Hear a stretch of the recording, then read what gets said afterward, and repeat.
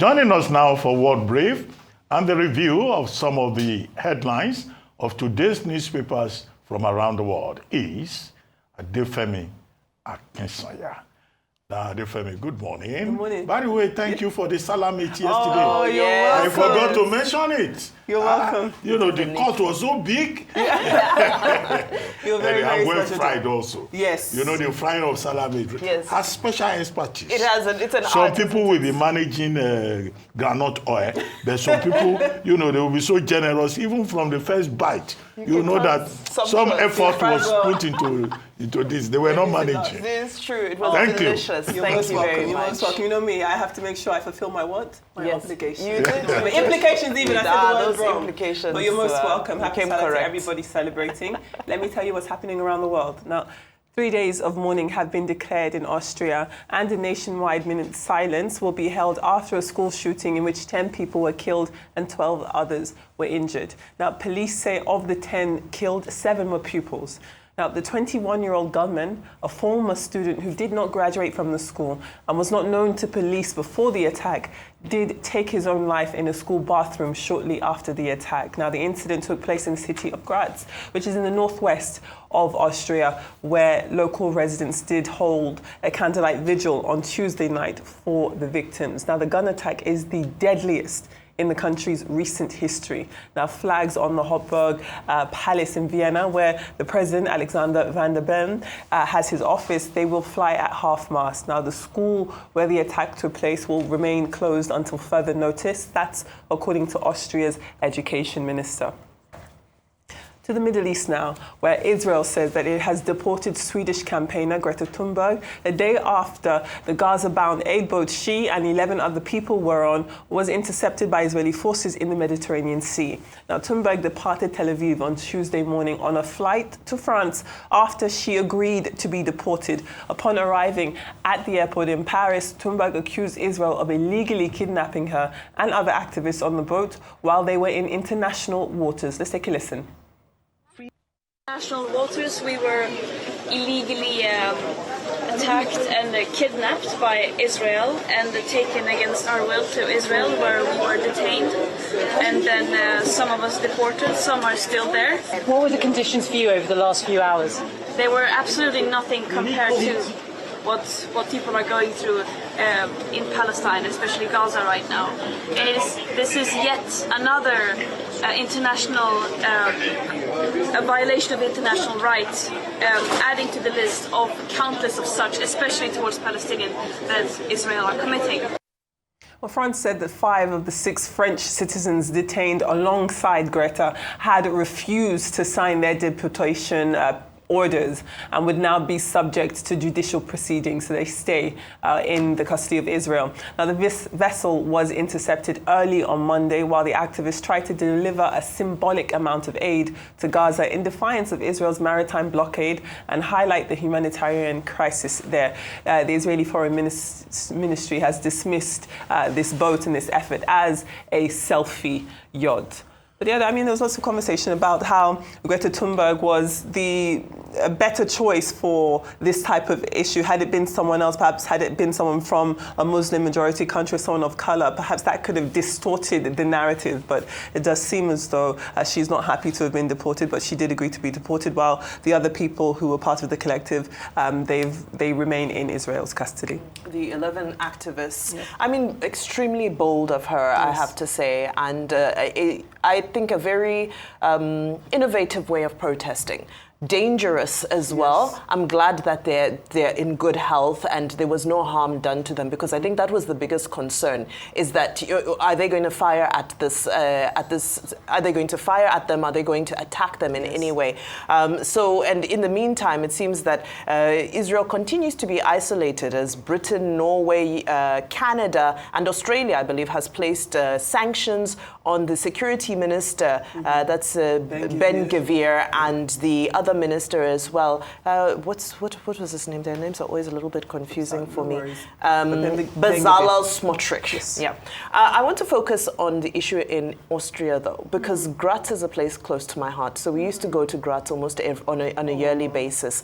We used to drive through there from Hungary. And Gratz is a quiet village. It's not even a town, it's a village. It's a European village.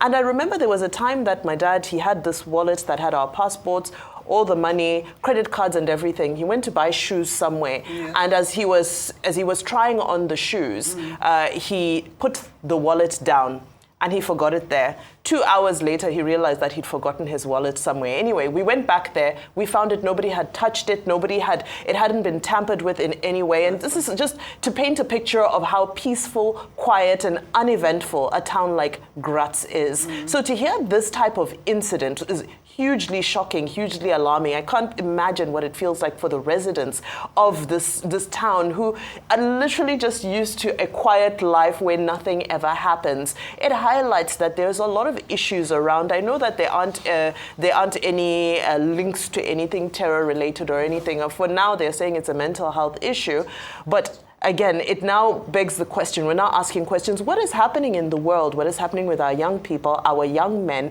And why is there this sudden explosion of violence, even in the quietest, most peaceful and so-called safest places on earth? I think is a conversation that needs to be had. Thank you, Bimbo. Okay, the Freedom Flotilla Coalition, FFC, set sail from Italy on the 1st of June. Greta Thunberg was one of the people on the yacht Madeleine, as the yacht was called.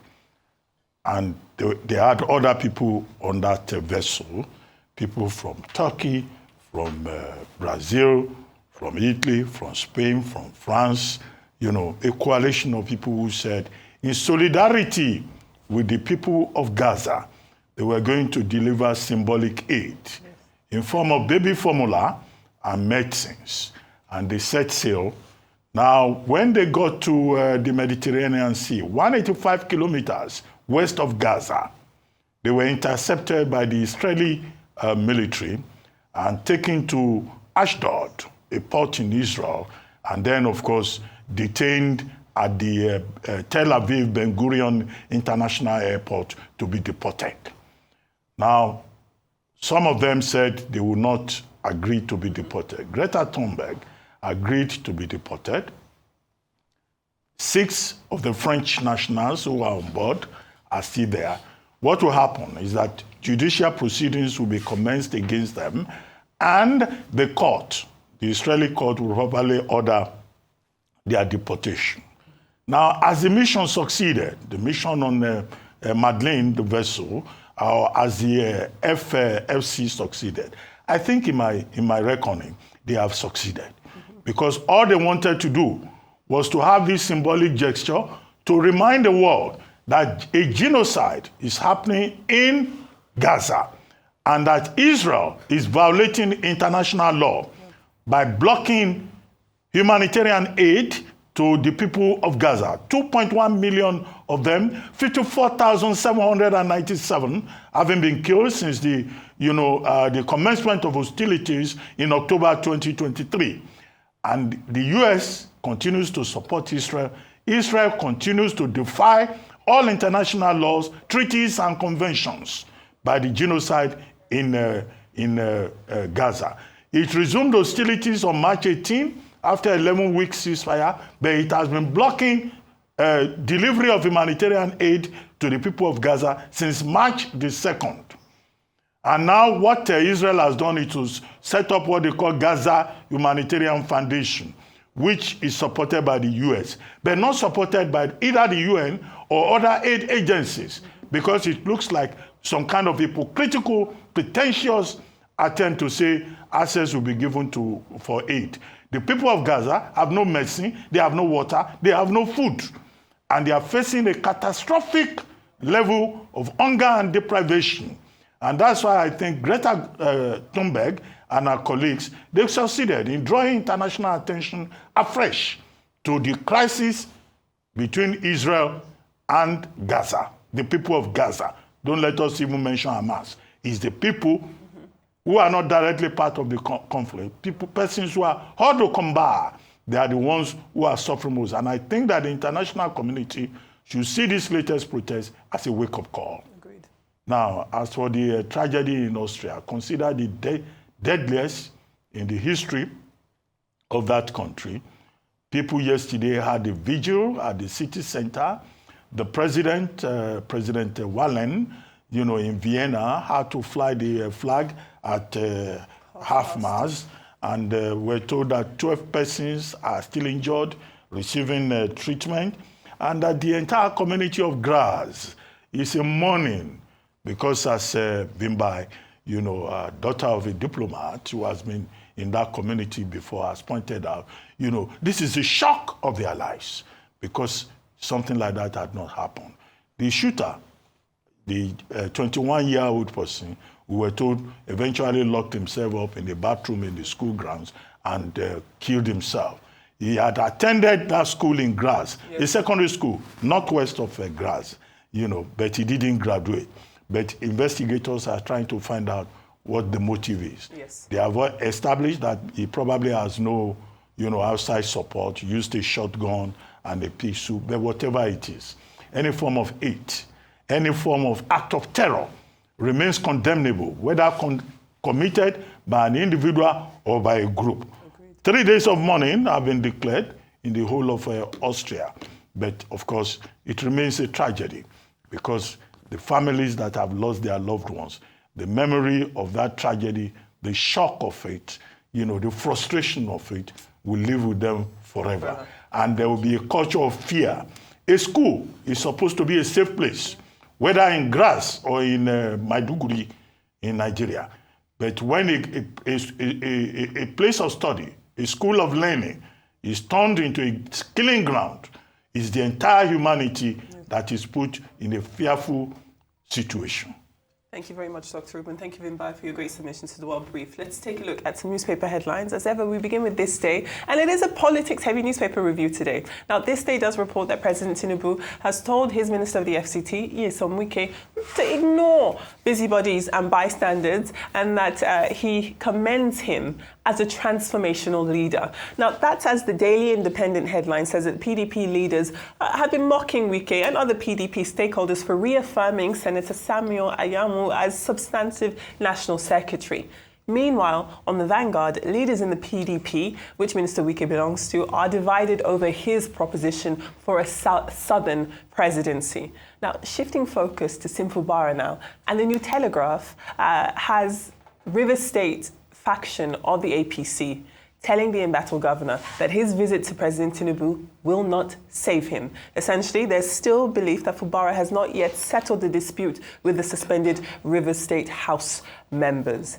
To The Guardian now, and it leads with this 2027 computer-based test target that we've been speaking about, and how just 30%, less than 30% of public schools have computer labs and ICT-savvy pupils. Finally, on the front page of the Daily Trust, organisers are planning to protests against hardship in 20 states. Tomorrow, being Democracy Day, June 12th, they are going to be protesting against hardship, insecurity, and all social ills that are happening as Nigeria celebrates another year of democracy. Those are your newspapers.